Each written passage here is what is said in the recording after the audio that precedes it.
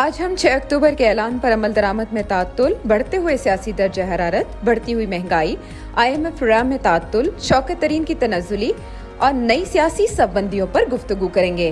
Peoples party और PDM अपने अपने तौर पर अवामी एहतजाज की तैयारी कर रहे हैं, लेकिन आज मौलाना ने इशारा दिया है कि शायद बड़े एहतजाज के बगैर ही उनकी उम्मीदें बर आएं। PDM और पीपल्स पार्टी पार्लियामान की सतह पर तैयारी पकड़ रहे हैं। ये सब क्या गुल खिलाएंगे, जानेंगे सेठी साहब से आज के प्रोग्राम में।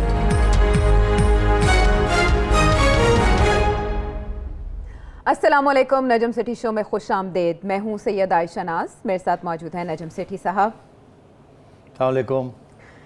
नजम सेठी साहब, फाइनली अब समरी मूव हो गई है, वजारत दिफा की जानिब से मूव की गई है और सबको मालूम है कि समरी किस बात की हुआ है, DG ISI की अपॉइंटमेंट की। ये खबर हमने पिछले हफ्ते भी दी थी, लेकिन फवाद चौधरी साहब एक बार फिर कह रहे हैं कि मामलात तय पा गए हैं। हमें समझ नहीं आ रही कि यहाँ मामला डिले क्यों हो रहा है और इसका डैमेज किसको होगा, ये हमें रहनुमाई फरमा दीजिए। देखिए आयशा, हमने पिछले हफ्ते कहा था कि समरी पिछले जुमे को मूव हुई थी। जी मैंने कहा इस प्रोग्राम में। उसके बाद कुछ मीडिया वालों ने यह कहना शुरू किया कि अभी समरी मूव नहीं हुई। मेरा ख्याल है उनकी ब्रीफिंग कहीं और से आ रही थी कि अभी मूव नहीं हुई, अभी मूव नहीं हुई।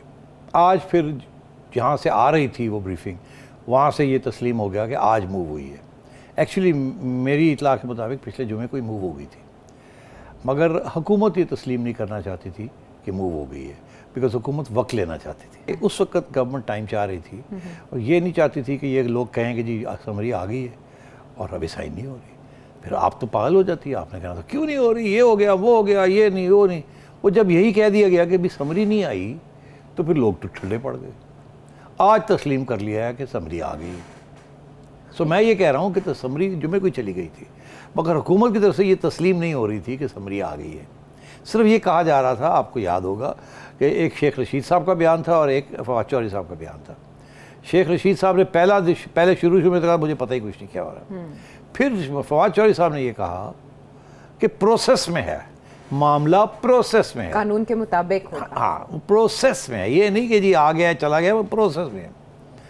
फिर शेख साहब का भी हाल ही में बयान आया कि जी जुमे तक ये मामला तय हो जाएगा, समरी साइन हो जाएगी। ये पहली दफ़ा फिर शेख साहब ने पक्की बात कही, तारीख दी। तो आज कंफर्म हो गई है वो बात फ्रॉम मीडिया सोर्सेज, जिन्होंने ज़ाहिर है इधर उधर भाग दौड़ करके कुछ पूछ की और वहाँ से कंफर्मेशन आ गई है। एक्चुअली मेरी ये मौके पर समरी पहले से गई हुई है, मगर उसको रोक लिया गया था क्योंकि गवर्नमेंट तैयार नहीं थी कुछ करने के लिए। अब शायद कुछ तय पा गया है, अब बगैर आ गया है। देखो ना, यही तो मसले हैं ना यहाँ। अगर तो तय पा गया तो फिर आज क्यों नहीं साइन हो रही जी? अब देर किस बात की? टाइम क्यों बाय कर रहे थे? किसी अच्छी मुनासिब घड़ी का इंतजार था? कोई वक्त नहीं, मैं यही तो आपसे कह रहा हूँ। अब दो बातें यहाँ, या तो आप बताओगी क्योंकि आप मॉनिटर करती रहती है। मेरा ख्याल है आपका कैनवस ज्यादा वसी है मॉनिटर करने के लिए। आपका कैनवस बहुत ज्यादा है, मेरा तो बड़ा मखसूस होता है। तो पहले मैं अपना बता दूं, फिर आप अपना बताइए। नहीं, टारगेटेड है, आप ही बताएंगे। ये इमरान खान साहब कुछ पॉइंट मेक करना चाह रहे हैं और आप जानते हैं इमरान खान साहब को। वो पॉइंट यही मेक करना चाह रहे हैं जो कि इन्होंने कहा है आगे। अब वो तस्लीम मानते हैं इस बात को या नहीं मानते दूसरी साइड, मगर खान साहब की तरफ से ये है ना कि अभी वो हालात जो है ना, आसमानी हालात, वो अभी टाइमिंग ठीक नहीं है। अभी ठहर जाएं, सितारे सही जगह पे आ जाए, चांद सही जगह पे आ जाए, तो फिर हम ये कर देंगे, आप फिक्र ना करें, हम कर देंगे। इसी तरीके के साथ मैं आपको याद दिलाऊं कि सबसे पहले आर्मी चीफ बाजवा साहब ने इमरान खान साहब को जुलाई में ये कहा था कि मेहरबानी करें, अब हमने कोई तब्दीलियाँ करनी है, हमारे कोई जनरल रिटायर होने जा रहे हैं, उससे पहले मैंने कुछ रद्द-बदल करना है और आप इसको ओके कर दें। तो खान साहब ने उनको कहा था अभी मत समरी भेजिए, अभी ठहर जाए इधर। उन्होंने कहा ठहर जाते हैं। फिर वो 10-15 दिन गुजर गए, कुछ नहीं हुआ। अगला महीना शुरू हो गया। फिर अगस्त में जनरल साहब ने फिर पूछा। अब मैं आपको ऑथेंटिक खबर दे रहा हूँ कि जी वो खान साहब वो समरी वो भेजूँ मैं वो करना। तो उन्होंने कहा अभी ठहर जाए, मैं ज़रा पहला चेक करके देखना चाहता हूँ। सितंबर में उन्होंने कहा कि यार उनको ज़्यादा खौफ करो, वो मेरे बंदे रिटायर हो रहे हैं, उन्होंने उनकी जगह पे नए बंदे आने हैं, 3-4 बंदे जा रहे हैं आ रहे हैं, मैंने करना है अब, please for God sake we can't wait any longer. तो फिर उन्होंने खान साहब ने कहा कि अच्छा चले ठीक है कर देते हैं। तो ये जब सोचा कि कर देते हैं, ये नहीं मेरा ख्याल है कहा कब करेंगे, थोड़ा सा टालने की कोशिश की, तो फिर शुरू हो गई बात, आर्मी ने अनाउंस कर दिया कि जी वो आ रहे हैं, वो जा रहे हैं, ये जा रहे हैं। तो उसके बाद फिर समरी जो है वो साइन नहीं हुई। फिर ये बातचीत शुरू हो गई कि ये वो बड़ी शर्मिंदगी हो रही है, तो साइन नहीं करते पे, असी तो अनाउंस करता। हमारी तो यही अंडरस्टैंडिंग थी कि आप कर देंगे इस दफ़ा। वो लगा नहीं अभी तक वो मसला है मेरा, वो फलाना। अब वो जो फलाना मसला है वो तुम बड़ी उसकी माहिर हो, तुम बड़ी फॉलो करती हो हॉरोस्कोप्स और ये लूनर कैलेंडर और ये वो इक्लिप्स तो का आप वो प्लीज बता दें हमें कि आपका जो का भी मध्य जज़र पे भी असरात होते हैं। खैर वो तो एक अलग हम आपस में आप बता दें शगुफ्ता बातें करें। वो ग्रहण के असरात होते हैं, कुछ अवॉइड उसमें किया जाता है कोई भी फैसला लेने से, लेकिन ये एक अलग बात है कहाँ अमूर मुमलिकत सेठी साहब और कहाँ इस तरह के फैसले। आप टाइम बाय करने की बात करें तो 22 अक्टूबर तक की तारीख को हम समझें कि देखिए ना वो लूनर कैलेंडर जब खत्म होता है तो उसके बाद 15-20 दिन और उसके असरात होते हैं। तो वो जब घूम, तो इसलिए थोड़ा सा वक्त चाहिए होता है ना यार आयशा, खुदा का खौफ करो। तो मतलब ये बेस्ट एक्सप्लेनेशन है कि खान साहब के इरादे नेक हैं। कोई नेक ये ना कहें कि नेक नहीं है, वो कुछ चलाकी करने वाले हैं, कोई ऐसी चीज़ कर देंगे, ये कोई शक तो पड़ गया ना। तो अब जाती जाती मैं आपको मोटी बात बता दूँ कि अब ये है कि वो 23 तारीख को या 24 तारीख को सऊदी अरेबिया जा रहे हैं। 23 को मेरा ख्याल है कुछ मैंने सुना है। तो ये हो सकता है कि जाने से पहले ये एक साइन कर जाएं समरी, और वही नाम होगा या आके कर दें। अब वही नाम होगा, अगर तो वही नाम हुआ तो फिर आप यकीन कर लीजिएगा कि ये मामला जो था ये चांद सितारों का था, और अगर वो नाम नहीं होगा तो फिर आप मान लीजिएगा। मगर जब वो अगर कोई और बात होगी तो मैं ये जाते जाते आपको कह दूँ एक बात, अच्छा, कि वो एक अगर कोई और बात थी तो उसका नुकसान खान साहब को हो जाएगा अगर कोई और बात थी। मेरे सवाल का जवाब आपने दे दिया। मैंने इससे ज़्यादा नहीं कह सकता, मैं इससे ज़्यादा मैं नहीं कह सकता। आप इधर मत जाओ तुम। अच्छा, यहाँ पे तो वैसे सेठी साहब हम पर जलने की बात कर रहे हैं, लेकिन दूसरी तरफ कुछ ठंडी हवाएं चलना शुरू हो गई हैं रावलपिंडी इस्लामाबाद में, और लोग इस खबर को बड़ा अच्छा समझ रहे हैं, बहुत अच्छा देख रहे हैं। एनसीओसी में 2 बड़े जो हैं आज इकट्ठे हुए हैं, वहाँ विजिट किया उन्होंने, मॉनिटर किया है सिचुएशन को। तो इसमें जब कन्फ्यूजन जब तक प्रिवेल करी थी, एक तो बताइएगा एनसीओसी की मीटिंग में जाना कैसा है, आपको कैसा लगा, और दूसरा शेख रशीद साहब का ये कहना कि इमरान खान साहब इस मामले को सियासी तौर पर देख रहे हैं, जबकि फ़ौज का अपना डिसिप्लिन, अपना तरीक़ाकार होता है। देखिए आयशा, ये जो इकट्ठे गए हैं ना एनसीओसी, ये जो सारी स्पेकुलेशन हो रही है, रूमर्स चल रहे हैं कि आपस में मसले बने हुए हैं, एक पेज एक नहीं रहा, एक पेज नहीं रहा, और पता नहीं उधर क्या साजिश हो रही है, इधर क्या हो रहा है, क्योंकि शक शुबा तो चल पड़ा है ना ये कि ये पता नहीं क्या करने जा रहा है, किसको साइन करेगा, किसको नहीं करेगा, क्या जो रिकमेंडेशन है वो करेगा या किसी और को कर देगा, फिर ये नाराज़ हो जाएंगे, ये फिर क्या करेंगे, अगर ये कोई इधर उधर की सोच रहे हैं तो वो शायद डिसमिस ही ना कर दे। तो मतलब हर किस्म की स्पेकुलेशन चल रही है। तो मेरा ख्याल है उसको ख़त्म करने के लिए एडवाइस दोनों को यही मिली है कि ज़रा इकट्ठे जाएँ, थोड़ी स्माइल वाइल करें, ताकि लोगों को ये पता लगे कि कोई गल नहीं, हाली सेम पेज नहीं तो सेम स्क्रीन पे तो सेम स्क्रीन है ना। तो मेरा ख्याल है ये दिखाने की दिखावा था कि ऐसी कोई बात नहीं। मगर देखिए ना, अब आप दिखावा तो हो गया एक तरफ आयशा, अब वो एक तरफ आप फवाद चौधरी की शक्ल देखें आजकल, चेहरे तो शिबली फराज साहब हो गए, फवाद चौधरी हो गए, शहबाज गिल साहब, इवन के उनसे क्वेश्चन किया गया तो उन्होंने अवॉइड किया, उन्होंने कहा मेरी डोमेन नहीं है। अब सोचो तुम, शहबाज गिल कहता है मेरी डोमेन नहीं है, उसकी तो डोमेन यूनिवर्स है, हर चीज़ है उसकी डोमेन, उससे कोई डोमेन छोड़ी है कोई, और कह रहा है मेरी डोमेन नहीं है। और फवाद चौधरी साहब कह रहे हैं हाँ, और उधर शेख साहब क्या कह रहे हैं? शेख साहब कह रहे हैं सियासी तौर पे इमरान खान साहब इस मामले को देख। शेख साहब का कोई क्लिप शिप है? ये आप कह रहे हैं सियासी तौर वाला, वो तो हम चला देंगे, चला बिल्कुल दिखा देते हैं अपने नाज़रीन को। बिल्कुल पॉलिटिकल सतह पे सोच रहे थे, उनके ख्याल में कुछ पॉलिटिकल उनके व्यूज थे, जब दूसरी तरफ भी एक प्रिंसिपल उनके मसले थे कि आर्मी का तरीकाकार सो दुनिया एजाज यार तू ही अवार्ड ना ले लिया कर। मेरा मतलब है don't ask silly questions, please don't ask silly questions, अभी तो पूछा ही नहीं। सो लास्टली हो जाएगा, and he said everything is settled and we have a very good relation. तो देखें आप, वो भी घबराए हुए लग रहे हैं, घबराए हुए लग रहे हैं। मैं इतनी टेंशन में नहीं देखा शेख साहब को, ऐसे ऐसे कर रहे हो, चुप कर रहे की कर रहे हो तू, don't ask silly question, don't ask silly questions. अब सिली क्वेश्चन तो कोई होता है जो चुप। अच्छा, अब बात ये है कि ये क्या कह रहे हैं? हाँ, वो प्रिंसिपल स्टैंड की बात कर रहे हैं। अच्छा, वो प्रिंसिपल स्टैंड की बात कर रहे हैं। अब ये बन गया प्रिंसिपल स्टैंड, बना ओरिजिनली तो शायद चांद सितारे थे, मगर अब प्रिंसिपल स्टैंड बन गया। वो क्या बना है? आर्मी का मौक़िफ़ ये है कि रूटीन के मुताबिक, तारीख़ के मुताबिक, ट्रेडिशन के मुताबिक ये पोस्टिंग्स, ट्रांसफ़र्स और सबसे पहली बात promotions from major general to lieutenant general, ये भी आर्मी चीफ करता है। बोर्ड बैठता है और आर्मी चीफ के फैसले होते हैं बेसिकली। ठीक। दूसरी चीज़ ये कि डीजी आईएसआई कौन लगता है, वो बेसिकली फ़ौज अपना पसंदीदा कैंडिडेट प्राइम मिनिस्टर को बता देती है और आमतौर पे तो सीधी नोटिफिकेशन हो जाती है।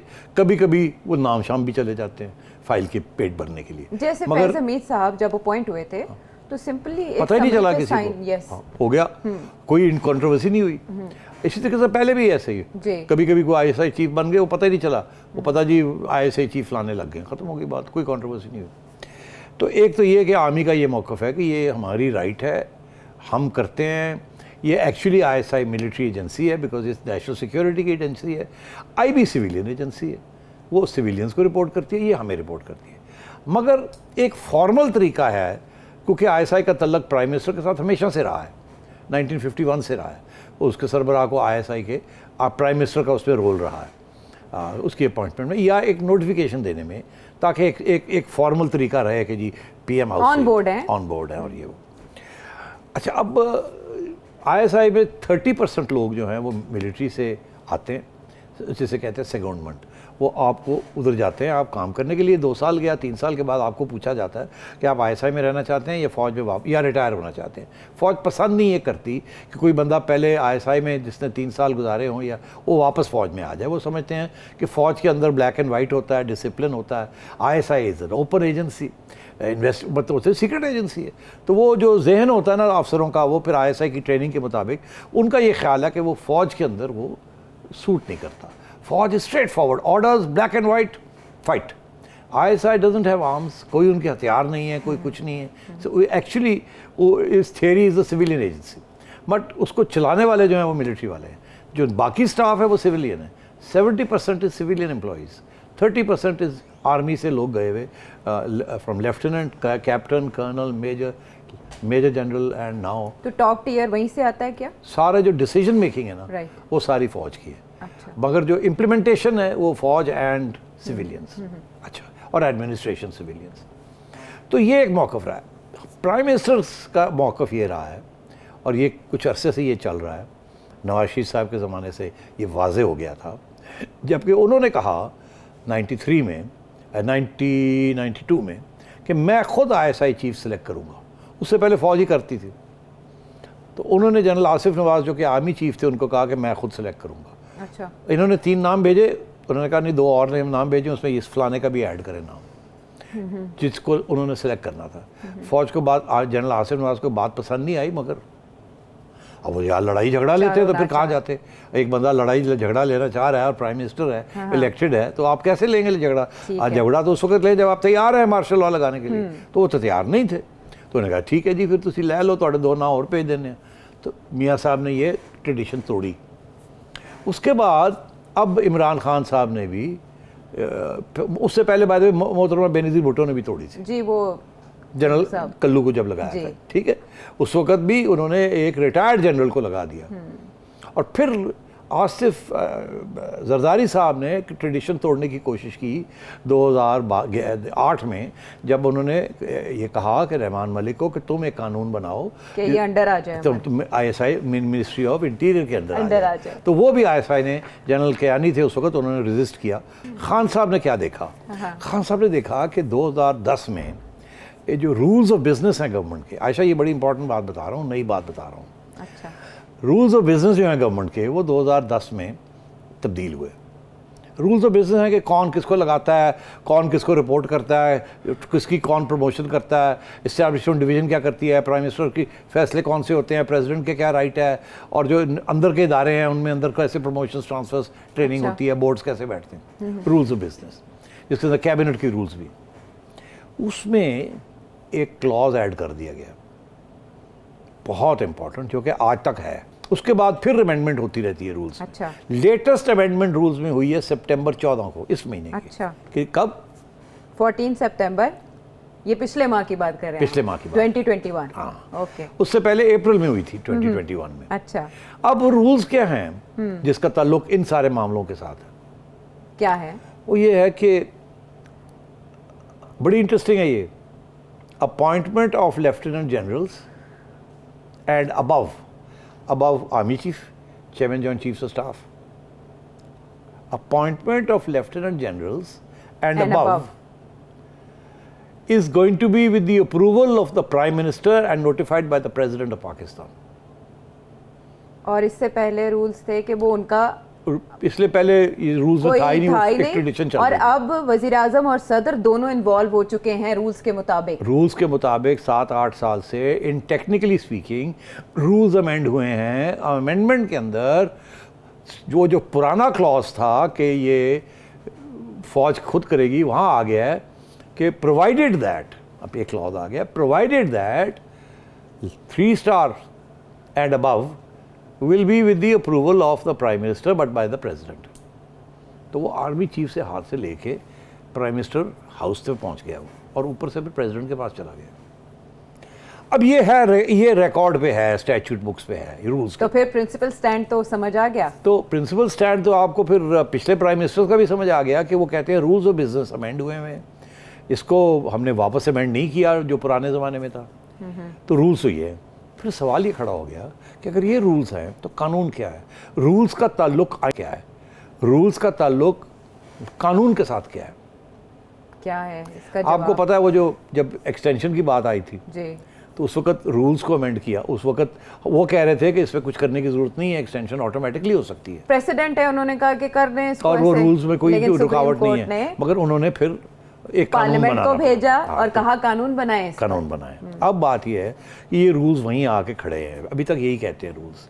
तो आयशा, अगर वो शेख साहब की बात मानी जाए कि जी वो सियासी तौर पे सोच रहे हैं, लेकिन फौज का अपना तरीकाकार है, सो कंफ्यूजन तो हो गई दूर। आपने तो दे दिया इस पे जवाब, वो भी अब तारीख ये के हवालों से। अब जो है रिकमेंडेशन डिफेंस मिनिस्ट्री से आएगी, ठीक है, प्राइम मिनिस्टर अप्रूव करेगा, प्रेसिडेंट नोटिफाई करेगा। ज्यादा से ज्यादा 1 हफ्ता देते हैं आप सेठी साहब इसको? तो मेरा ख्याल है ये अब वो आपका चांद जो है मेरा ख्याल ठीक जगह पे आ गया है। कल परसों के बाद मेरा ख्याल है जुमे के दिन भाई लोगों ने पहले भी कहा था कि जी 22 तारीख को जी हैंड ओवर टेक ओवर हो जाएगा, और मेरा ख्याल है जनरल फैज़ 25 से पहले वहाँ पहुँच जाएंगे, पेशावर चले जाएंगे, और जनरल नदीम जो है कराची से वो यहाँ आ जाएंगे, और लेफ्टिनेंट जनरल सईद कराची जाके कमान संभाल लेंगे। वैसे गुजरांवाला में कमान की तब्दीली की तकरीब भी हो गई। हाँ, मतलब है कि जो जनरल सईद हैं वो कराची चले जाएंगे, नवीद जो हैं वो DGI आ जाएंगे, लेफ्टिनेंट जनरल नौमान महमूद पेशावर से NDC चले जाएंगे सईद की जगह पे,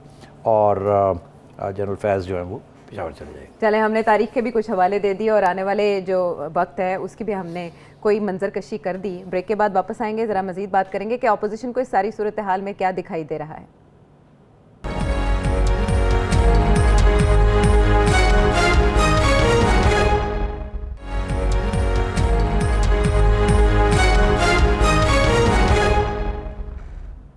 welcome back to the show. और अब देखेंगे कि अपोजिशन क्या कर रही है। सेठी साहब, फैसलाबाद में PDM का जलसा और मरियम नवाज साहिबा का उससे धुआंधार खिताब। दूसरी तरफ आज PDM का अहम इजलास और उसकी स्ट्रेटजी जो अभी सामने आई है वो ये कि उन्होंने EVM और जो इंतखाबी इस्लाहात या जो नैब तरमीमी ऑर्डिनेंस है उसको मुस्तरद करते हुए कहा है कि 20 अक्टूबर से मुल्क भर में जलसे और जुलूस होंगे।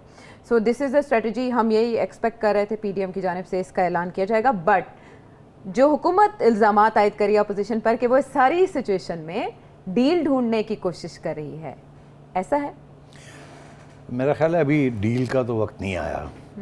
अलबत्ता सूंघ तो रहे हैं कि अब क्योंकि वो सेम पेज फट गया है तो शायद उनके लिए कोई गुंजाइश निकल ये आए। यकीन है किसेम पेज फट चुका है? हाँ, अब आपने सवाल पूछ लिया, चले मैं इसका पहले जवाब दे देता हूँ। देखिए, सेम पेज तो फारग हो गया। हमने पिछले हफ्ते भी मैंने कहा था down hill all the way, ख़त्म, गेम सेट एंड मैच। ये तो आपने लिखा है, लिखा भी है, और मैंने अपने प्रोग्राम में भी कहा था कि अब वो रास्ते बंद हो गए हैं। अब बेस्ट केस सिनारियो ये है कि खान साहब जो है अपने आप को खुद डिफेंड करेंगे। अब ISI उनको डिफेंड नहीं करेगी, वो बहुत बदनामी हो गई है, इसीलिए तो ये सारा क्राइसिस हुई है, और इसीलिए फ़ौज की क़यादत ने ये फ़ैसला किया कि हम पुल बैक करेंगे। जब फ़ौज की क़यादत पुल बैक करेगी तो ISI फ़ौज के क़यादत के साथ जाएगी, वो इमरान खान के साथ नहीं जाएगी। इसीलिए ये सारी कश्मकश चल रही है। और मैं समझता हूँ कि अब अगर इमरान खान साहब को भुगतना पड़ा कोई क्राइसिस तो उनको बेल आउट करने के लिए ISI नहीं होगी और ना ही फौज होगी। वो सपोर्ट नहीं होगी, वो जो सतून जो था ना, वो सतून हट गया है। मैं कहा जी अब 3 साल हो गए अपने पाँव पे खड़े हों, अब आप बच्चे नहीं रहे, अब चलना फिरना सीख लेना चाहिए था आपको, अब चले फिरें। अब सारा वक्त हमारी उंगली ले लेके फिर रहे हैं आप, एम्पायर की उंगली। हाँ, और अंपायर हम ये करना चाहते हैं आप पकड़ लेते हैं, ये करना चाहते हैं आप पकड़ लेते हैं, तो ऐसी काम नहीं चलेगा, हम बड़े बदनाम हो रहे हैं। टेक्नोक्रेट्स जितनी नफरत आएंगे। इस हुकूमत से अब इस मुल्क में है, किसी हुकूमत को मैंने आज तक नहीं देखी। कि ये तो मैंने आपको जवाब दे दिया कि वो अब इस वजह से ऑपोजिशन ये सूंघ रही है। अच्छा, फिर चांस बन रहा है। हाँ, सेम पेज फट गया। अच्छा, अब उनको ये कोई कहे, इसका ये मतलब नहीं है कि आप सेम पेज पे आप चले जाएंगे, मगर वो ये कह रहे हैं अगर ये फटिया है तो कोई रास्ते तो शायद खुल जाना। नेशनल सिक्योरिटी के इश्यूज हैं, उनके लिए भी तो सपोर्ट चाहिए ना आशा। तो वो भी तो है ना बैठे हुए वहाँ सपोर्ट करने वाले। अभी बिलावल भुट्टो साहब तो सबसे पहले खड़े हैं वहाँ, वो कह रहे हैं उनके उनकी साथ, गिनती शुरू हो गई और हुकूमत शहबाज की। शरीफ साहब भी उनके साथ खड़े हैं। तो ऐसी क्या बात है, मतलब है हालात बेहतर हो सकते हैं, सेम पेज पे आया जा सकता है। वो एक आध कुछ दुश्वारियां हैं ना मियाँ नवाज शरीफ साहब की और मरियम की, वो सॉर्ट आउट हो सकती है। लेकिन ये क्या कि फैसलाबाद में मरियम नवाज साहिबा दबंग बोली लेकिन नवाज शरीफ साहब नहीं बोले। हाँ, अब नवाज शरीफ साहब इसीलिए नहीं बोले क्योंकि मरियम नवाज शरीफ दबंग बोली। अब कैसे देखिए, इन्होंने ये फैसला किया है कि ये जो सारा मामला चल रहा है ना, हम तो पहले से कह रहे हैं कि फ़ौज पीछे हटे, हाँ, प्राइम मिनिस्टर के दायरे के अंदर ना आए, उसके राइट्स को ना ट्रैम्पल करे, अपने दायरे में रहे। अब इमरान खान जी अपने मफाद के लिए यही बात कह रहा है कि मेरा फैसला है, आप ना मुझे बताएं। तो हम कैसे इस वक्त फ़ौज के साथ खड़े हों? हमारा तो अपना बयानिया उड़ जाएगा, मगर हम इमरान के साथ भी नहीं खड़े हो सकते, बिकॉज इमरान जो चाह रहा है वो तो और भी नुकसान हो जाएगा। वो अपने सिविलियन सुप्रीमेसी की बात नहीं, वो तो अपने आप को एक फाशिस्ट अथॉरिटेरियन डिक्टेटर बनाना चाह रहा है, वो तो सबकी छुट्टी कराना चाह रहा है। तो उसके साथ तो वैसे ही हम नहीं खड़े हो सकते। तो फैसला ये हुआ कि चुप्पी कर जाओ, आपस से लड़ लेने दो, साडा ही फायदा ਉਹਦੇ ਚ। आवाम के जरिए कुछ कर करके हम कोशिश करेंगे आने की। अब इसलिए प्लानिंग ये हो रही है कि उनको लड़ने दें, उनके दरमियान कोई बात ना करें, मगर 2 बातें ज़रूर करें, तीसरी बात ना करें। पहले आपको याद होगा कि मियाँ साहब बात करते थे, शुरू में उन्होंने जनरल बाजवा का नाम भी लिया और जनरल फैज़ का नाम भी लिया जी, 2 नाम बड़े नाम पुकारे गए ये कहा और फिर 1-2 दफ़ा नाम नहीं लिए, मगर दोनों की इशारे उसकी तरफ हुए। आहिस्ता आहिस्ता मियाँ साहब हट के एक पे आ गए, ठीक। और अब मरियम भी एक पे आ गई, और वो इसलिए एक पे आ गए हैं कि अब उनको इस बात का एहसास हो गया है कि वो जो आपस में जो 2 थे उनके दरमियान भी सेम पेज नहीं रहा। इमरान और 1 और 2 के दरमियान सेम पेज फट गया, मगर 1 और 2 के दरमियान भी जो पेज है वो भी चिड़मिड़ हो गया। अब उन्होंने कहा यार बिल्कुल नंबर 1 ना कुछ कहो, वो नंबर 2 तो पै जाओ, बिकॉज खतरा अब नंबर 2 से आ रहा है। क्योंकि अगर नंबर 1 घर चले जाते हैं अगले साल या उससे पहले, तो फिर नंबर 2 जो है वो बन जाएंगे। नंबर 2 और इमरान तो ऐसे हैं जी। तो फिर हमारा क्या होगा? इसलिए जब इमरान को हम अटैक करते हैं तो हम नंबर 2 को भी अटैक करें, ताकि नंबर 2 किसी स्टेज पे नंबर 1 ना बने। समझ रही हो? ठीक है।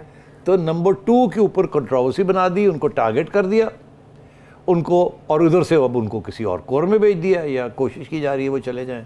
और आपने कहा कि वो तैयारी भी कर रहे हैं। तो अब आयशा इसलिए मरियम को कहा कि आप नाम मत लेना, मगर उस शख्स किस शख्स ने ये आप ज़रूर करें, और अगर नाम भी लेना है तो तेरे मुंह तू ना निकले किसी और ने कहीं। हाँ, ऐसा ही किया गया, जलसे में बिल्कुल ऐसा किया गया, लोगों के मुंह से गुलवाया गया और डिमांड की गई। तो मेरा ख्याल है उन्होंने अपना मकसद पूरा कर लिया है। मियाँ साहब बोले नहीं, अगर अटेंड करते और कोई स्पीच देते तो मियाँ साहब ने अब कितनी दफ़ा महंगाई, वो तो सबको पता है, जिन लोगों को तकलीफ हो रही है उनको तो पता है महंगाई का क्या मसला है। आप उनको तो नहीं सिखा सकते ना आपकी बड़ी महंगाई हो रही है तो ਤੁਹਾਡੇ ਤੇ बड़ा जुल्म हो रहा है, वो भी सानू पता है साढ़े ते बड़ा जुल्म हो रहा है। आप महंगाई के ऊपर कितनी बात कर सकते हैं आप, ठीक है, वो अभी आगे जाके डिस्कस करते हैं कि बात के अलावा कोई एक्शन कर सकते हैं तो वो और बात है। वज़ीर-ए-आज़म अब ये जलसों के अंदर तो बात करना बड़ी हो जी, इन्ना महंगा हो गया तो इन्ना महंगा हो गया तो इन्ना महंगा हो गया। वो भाजी ਜਿਹੜੇ लोग है शोर पाते पे ने इन्ना महंगा उन्होंने तो पता ही कोई नहीं कितना महंगा हो गया। वो तो अमीर लोग ने, ਜਿਹੜੇ गरीब लोग उन्होंने पूछो कितना महंगा हो गया। तो चांसेस क्या है अपोजिशन में, किसके लिए? आप शहबाज शरीफ साहब का भी नाम ले रहे हैं, आप फिर बिलावल भुट्टो का भी नाम ले रहे हैं। अब ये जो क्राइसिस है इसमें अपॉर्चुनिटी किसके लिए पैदा हो रही है? देखिए, अपॉर्चुनिटी तो बिलावल और शहबाज शरीफ साहब के लिए हो रही है। हाँ, उसकी वजह ये है ना आयशा कि अगर खुदा न खास्ता अनफॉर्चुनेटली कोई रप्चर आ जाता है, कोई ठा करके कोई चीज़ हो जाती है और ये सेम पेज पे नहीं रहे मगर पेज ही फट जाता है, तो जब पेज फटेगा तो ठा तो होगी ना किसी किस्म की, रैम्पेज हो जाएगा, कुछ ना कुछ तो होगा ना। जब ये होगा तो फिर एक नई इलेक्शन ही करानी पड़ेगी ना, या इमरान खान साहब इलेक्शन करवाएं या वोट ऑफ नो कॉन्फिडेंस के लिए इलेक्शन हो जाए, और तो कोई रास्ता नहीं है। तीसरा रास्ता मार्शल लॉ लगा के इलेक्शन करा दी जाए। 3 रास्ते हैं, चौथा तो है कोई नहीं। तो अगर ये फटता है पेज और उसमें फिर आवाम भी खड़ी हो जाती है तो कम मामला आपको पूरा हो लगता है गया। कि अगर अभी मुहिम चलाए, पीपल्स पार्टी लॉन्ग मार्च करे, पीडीएम करे, तो आवाम को साथ मिला के? अंग्रेजी का एक मुहावरा में मैथमेटिक्स जब मैं पढ़ता था ना, तो मैं मैथमेटिक्स की हुई मैंने, अच्छा, हाई लेवल पे। हाँ, तो उसमें लॉजिक सिखाई जाती है। उसमें ये कहते थे कि एक कंडीशन अंग्रेजी में कहते हैं नेसेसरी कंडीशन होती है और एक सफिशिएंट कंडीशन होती है। एक मसले को हल करने के लिए 2 पहलू होते हैं, अप्रोचेस होती हैं, 2 पहलू होते हैं। अच्छा। पहला ये कि वो जो कि लाजिम है कि ये होना चाहिए, फिर वो एक मसला एक लेवल पे आता है जहाँ फिर कुछ और होना पड़ता है जिसके साथ वो हल होता है। मगर ये नहीं हो सकता कि वो अगर लाजिम नहीं है तो आप हल करने की कोशिश करें तो वो लाजिम नहीं होता। जब तक एक लाजिम है कि ये हल होगा या इसका हल है, तो फिर जाके बात बनती है कैसे हल होगा। मगर अब कैसे हल होगा उस वक्त नहीं बात कर सकते जब तक ये ना पता होगा ये हल हो भी सकता है कि नहीं। तो पहले तो ये है कि ये हल हो सकता है कि नहीं, और फिर ये कि कैसे हल होगा। अब ये बात आ गई कि हल हो सकता है। पहले सतून था ना, तो हल नहीं हो सकता था, वो तकड़े थे। अब सतून नहीं रहा, या हल्का हो गया या कमज़ोर हो गया, तो अब वो बन गए मौके। अब वो मौका मिलेगा कि अब बात बन सकती है। अब कैसे बात बनानी है, क्योंकि रास्ते खुलने शुरू हो गए। अब वो फिर आवाम के ज़रिए। इसलिए अब 6 महीने पहले या 1 साल पहले जब लॉन्ग मार्च हुई थी, उस वक़्त सेम पेज था जो मौलाना साहब ने किया था। हाँ, मौलाना भी फेल हो गए। उसके बाद आपको पता है फिर इन्होंने पीडीएम ने भी बहुत कुछ किया, फेल हो गए ना। क्यों? क्योंकि वो तकड़े थे। ठीक है। अब क्योंकि वो तकड़े नहीं रहे, तो अब वही चीज़ अगर अब करेंगे और महंगाई हो गई है और गुस्सा है आवाम के अंदर, तो शायद कुछ निकल आए इसमें से।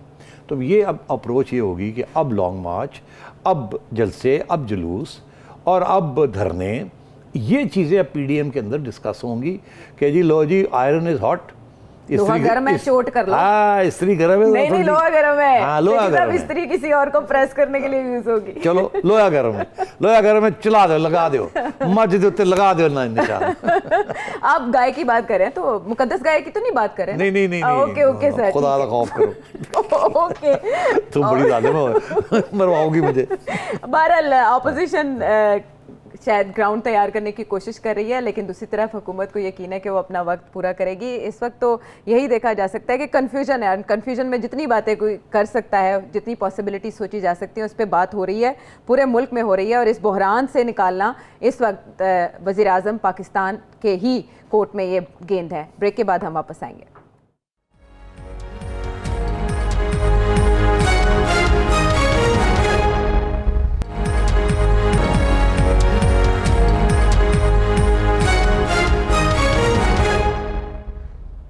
Welcome back to the show. और अब जब आप महंगाई की बात कर रहे थे सेठी साहब, हर आम आदमी इससे तंग है। आप पेट्रोल की कीमतें देखें कहाँ पहुँच गई हैं। और इमरान खान साहब कहते थे जब महंगाई हो रही हो तो समझ जाओ कौन चोर है। वो तो खैर अब हम भूल ही गए, माजी का हिस्सा बन गई हैं ये सारी बातें।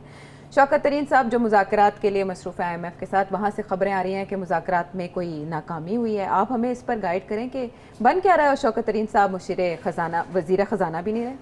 जी हाँ, पहली बात तो ये है कि उनसे वादा किया गया था कि उनको सेनेटर बनाया जाएगा 6 माह के बाद। उसके 6 माह के जो पीरियड होता है उसके अंदर वो नहीं हुआ, वो पीरियड ख़त्म हो गया।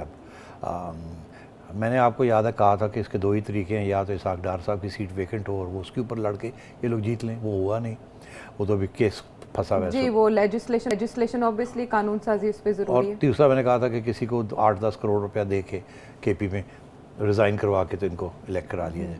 वो भी मेरा ख्याल है कि पार्टी फंड्स में से 8 करोड़ नहीं निकला ठीक है ना। और मेरा ख्याल है कि शौकत तरीन साहब तो नहीं देंगे, वो तो प्रोफेशनल आदमी हैं। तो अब वो रह गया, अब इन्होंने उनको बना दिया as adviser with the rank of a federal minister. आपको याद होगा ये भी मैंने प्रेडिक्ट किया था जी, आपने कहा था कि उन्हें पहले भी एडवाइजर बना दिया जाएगा with the rank of a federal minister. मगर अब बात आई आगे कि वो करके क्या अचीव क्या करके आए IMF। अब यहाँ दो बातें हैं। पहली बात तो ये है कि शौकत तरीन साहब ने आके IMF प्रोग्राम जो चल रहा था, हफीज़ शेख साहब जो चला रहे थे, उसको रोक दिया था, उसको रोक कर रिवर्स किया था, यू टर्न किया था। उन्होंने कहा था कि ये इसके साथ बड़ी तकलीफ़ होगी अवाम को, हमें थोड़ी सी ग्रोथ करनी है, एम्प्लॉयमेंट जनरेट करनी है, कुछ इनकम जनरेशन होनी चाहिए, कोई बात नहीं, थोड़ा सा तकलीफ़ होगी, फिजिकल डिफिसिट बढ़ जाएगा और इस किस्म की चीज़ें मसला बन जाएगा, करंट अकाउंट डिफिसिट, मगर हम संभाल लेंगे, मगर आवाम को थोड़ी सी रिलीफ मिलेगी। मगर हुआ ये कि उसके रिलीफ क्या मिलनी थी, वो इतनी जल्दी इकॉनमी हीट अप कर गई कि करंट अकाउंट डिफिसिट भी बढ़ गया, स्टेट बैंक के रिजर्व्स को भी अब कम करना पड़ रहा है, डॉलर भी डिप्रिशिएट हो गया और वो अफगानिस्तान की वजह से, जो कि वो सोच नहीं सकते थे कि ये होगा, वो हो गया। अब वो पिट गई लाइन, अब भागे गए IMF के पास कि भाई वो वापस आ जाओ आ जाओ आ जाओ। वो IMF कहती है तो आपने तो हमारा प्रोग्राम ही छोड़ दिया था, अब हम कहाँ से वापस आएंगे। तो वहाँ जाके उन्होंने मनाने की कोशिश की है कि ये हमारी एक मजबूरी थी, हमें ये करना था, मगर अब हम तैयार act to the IMF programme. अब वो कह रहे हैं नहीं, अब तो उसके बाद हालात और ख़राब हो गए, अब आपको और भी चीज़ें करनी पड़ेगी, पहले कम चीज़ें करनी पड़ रही थी, अब और भी करनी पड़ेंगी। वहाँ आकर ये रोना धोना फिर शुरू हो गया कि हम तो आगे आवाम पे सी हुई है, हम कैसे करेंगे, वो जो पहले बात मानी थी वही बात मान लें। वो कि नहीं, उसके बाद तो नुकसान हो गया बहुत, तो इसलिए नुकसान जो हो गया उसको भी कवर करना है। अब और पेट्रोल बढ़ाओ, अब और गैस बढ़ाओ, अब और ये करो ये करो ये करो, इम्पोर्ट्स सब और नए डिमांड आ गए। पीछे IMF के पीछे है सियासत, वाशिंगटन अमेरिकन हुकूमत की। और मैं आपको इसी प्रोग्राम में एक दफ़ा नहीं कितनी दफ़ा कह चुका हूँ कि अब IMF जो है वो वही करेगी जो स्टेट डिपार्टमेंट या वाइट हाउस उसको कहेगा कि आप थोड़ा सा टाइट करके रखें इनको, क्योंकि हमने इनसे अफगानिस्तान में कुछ काम करवाने हैं। अच्छा, और FATF का 19 से 21 अक्टूबर वो भी आप ग्रे लिस्ट में रहेंगे, ग्रे में रहेंगे, आप कहीं और नहीं जाएंगे। आपको वादे किए गए थे ना कि अब आपको ख़त्म कर दिया जाएगा वाइट, कोई नहीं होना वाइट साइड, तो इत्थे ही बैठे रहना। मगर जाते जाते मैं ये कह दूँ कि शौकत तरीन साहब ने आगे कहा नहीं ऐसी कोई बात नहीं। हाँ जी, उन्होंने कहा, उन्हें तसल्ली दी है कि कोई फिक्र की बात नहीं है, ठीक है, वो थोड़ी बहुत अप एंड डाउन होता है, हिचकी लग जाती है, वो हम ठीक कर लेंगे, फिक्र ना करें। मगर अब बात ये है जी, फिक्र तो करना है ना, कैसे हम घबराएं ना। इकोनॉमी जो है वो जड़ा आधा कहता घबराओ ना, फिक्र ना घबराने की जरूरत नहीं है, लेकिन अब तो बुज़ुर्ग खुद ना लोग घबरा कहते रहे हैं हैं। फिक्र ना करो, ना लोग कहते हैं घबराओ ना, ठगा करके लगा दो। अच्छा, लेकिन अवाम किस किस इश्यू पे घबरा रहे हैं, जरा उनके सवाल शामिल कर लेते हैं जो वो आपसे पूछना चाह रहे हैं। मैं नवाज़ हूँ सेठी साहब। फैसलाबाद में जो PDM का अजीमुशान जलसा हुआ है और वहाँ जो मरियम नवाज़ की बेपनाह पजीराई हुई है, इससे लगता है कि नून लीग फैसलाबाद में और पूरे सेंट्रल पंजाब में क्लीन स्वीप करेगी अगले जनरल इलेक्शंस में। लेकिन नून लीग की तवज्जो साउथ पंजाब की तरफ ज़रा कम नज़र आती है। ये क्या हिकमत अमली है नून लीग, क्यों इग्नोर किया जाता है? अच्छा, इस दफ़ा तो मेरा ख्याल है कुछ सोच समझ के ही फोकस किया जा रहा है कि हमारी जो पक्की सीटें उनको तो पक्का किया जाए, और जो साउथ पंजाब है उसका इतना फिक्र ना करें, बिकॉज साउथ पंजाब पहले भी इंडिपेंडेंट्स बहुत सारे खड़े हो गए थे और वो तो जो विनिंग पार्टी होगी उसकी तरफ जाएंगे। तो या तो हमें अच्छे कैंडिडेट्स मिल जाएंगे वहाँ से, यही लोग ये PTI छोड़ के हमारे पास आ जाएंगे, नो प्रॉब्लम। मौसमी परिंदे जो पहले नो प्रॉब्लम पार्टी में, फिर वो छोड़ के इधर आ जाएंगे, यहाँ जीत जाएंगे, हमारे हो जाएंगे। अच्छा। और अगर नहीं भी होता तो इंडिपेंडेंट भी खड़े हो जाते हैं और हम तो उस वक्त हमें नहीं ज्वाइन करते, बाद में ज्वाइन कर लेंगे, जैसे उन्होंने पहले। जहांगीर तरीन साहब कहाँ से मिलेंगे? तो जहांगीर तरीन साहब की जरूरत नहीं पड़ेगी, अब तो वो खुद ही कर लेंगे, और हो सकता है जहांगीर तरीन साहब भी कोई डील कर ले। तो देखिए, जहांगीर तरीन साहब तो आप इलेक्शन में हिस्सा नहीं ना ले सकते, तो वो तो किंग मेकर ही रहेंगे ना। तो वो किंग मेकर रहेंगे तो वो यहाँ भी शहबाज शरीफ साहब के साथ भी बात हो सकती है, ऐसी क्या बात है? तो इसलिए वो इधर इतनी तवज्जो नहीं दे रहे, वो देंगे बड़ा फिक्र नहीं है उनको। हाँ, उनको इतना फिक्र नहीं है, उनको पता है कि इसकी डायरेक्शन किधर से होके जाएगी। बहरहाल एक क्वेश्चन अब क्रिकेट के ऊपर है, वो सामने रखते हैं अपने ऑडियंस के। अस्सलाम वालेकुम सेठी साहब। सेठी साहब, मेरा नाम राना असद है और मेरा सवाल ये है कि अक्सर हमने देखा है कि इंडिया अपने होम ग्राउंड में पिच फिक्सिंग करता है, यानी कि अपनी बॉलिंग कंडीशन के हिसाब से जैसे उन्हें सूटेबल होता है वो उस तरह के पिचेस बनाते हैं।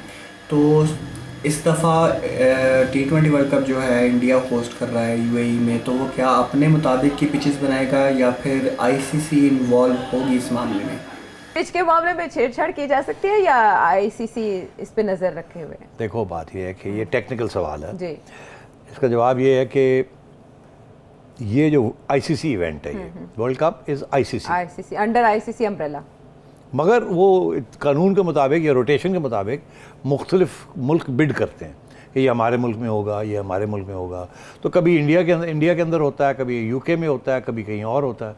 तो ये बिडिंग होती है जैसे ओलंपिक्स की होती है। जैसे एशिया कप 2023 में पाकिस्तान में मेजबानी कर रहा है। एशिया कप तो वैसे ही एशिया कप में होता है ना। हाँ, एशिया में होता है, मगर एशिया के अंदर भी वो फिर आपको चुनपुन करनी पड़ती है, ऑक्शन होती है किस्म की। अच्छा। या बाय रोटेशन होती है। तो ये इवेंट है आईसीसी का, मैनेजमेंट जो है वो इंडिया की है। अब इंडिया की मैनेजमेंट है बिकॉज ये इंडिया होस्ट कर रहा है, तो इंडिया के एज होस्ट बहुत से राइट्स हैं और आईसीसी इवेंट है। अब आपने कहा कि पिचेस का क्या होगा, कौन who is in charge of pitches. ये कमिटीज़ बनती हैं जो कि होस्ट एंड आईसीसी वो मिल के कमिटीज़ बनाते हैं to resolve various technical issues. तो पिचेस के ऊपर ख़ुसूसन जो भी कमेटी बनी हुई हैं उसके अंदर इंडियंस भी होंगे, उसके अंदर दुबई की एक दो अथॉरिटीज़ होंगी या शारजा की होंगी जो कि एक्चुअली इन्वॉल्व है इन दिस, और उधर से आईसीसी के भी रिप्रेजेंटेटिव्स होंगे। तो इसमें मेरा ख्याल है कोई साजिश नहीं होगी कि ऐसी पिच बनाई जाए जिसमें इंडियन स्पिनर्स या इंडियन बैट्समैन फ्लरिश करें या वो उनको कोई सहूलत मिल जाए। अलबत्ता क्योंकि वो फिर पिच सभी के लिए वो होती है, ऐसी नहीं होता कि वो एक के लिए होती है। और ज़्यादातर जो मैचेस हैं दुबई शारजा में हैं, जिसकी वजह से आप समझें कि वहाँ की जो पिचेस हैं उनकी ट्रैक रिकॉर्ड हमें पता ही है क्या है। वहाँ का सॉइल कंडीशंस, वहाँ के वेदर कंडीशंस, कोई उसमें कोई हिडन सरप्राइजेस नहीं होंगे आपके लिए। ठीक है, यानी कि इस मामले में परेशान होने की ज़रूरत नहीं है। एक कमेटी है जिसमें दोनों तरफ से होंगे, लेकिन कहा जाता है ना आईसीसी पर इंडिया का भारत का बहुत असर और रसूख है, इसलिए उन्होंने ये सवाल किया। बहरहाल टेलीविजन स्क्रीन पर आपके सामने एक नंबर, सेठी साहब के सामने अपना सवाल रख सकते हैं और अपना फीडबैक भी हम तक पहुंचा सकते हैं। अगले प्रोग्राम तक के लिए अल्लाह ने के बाद।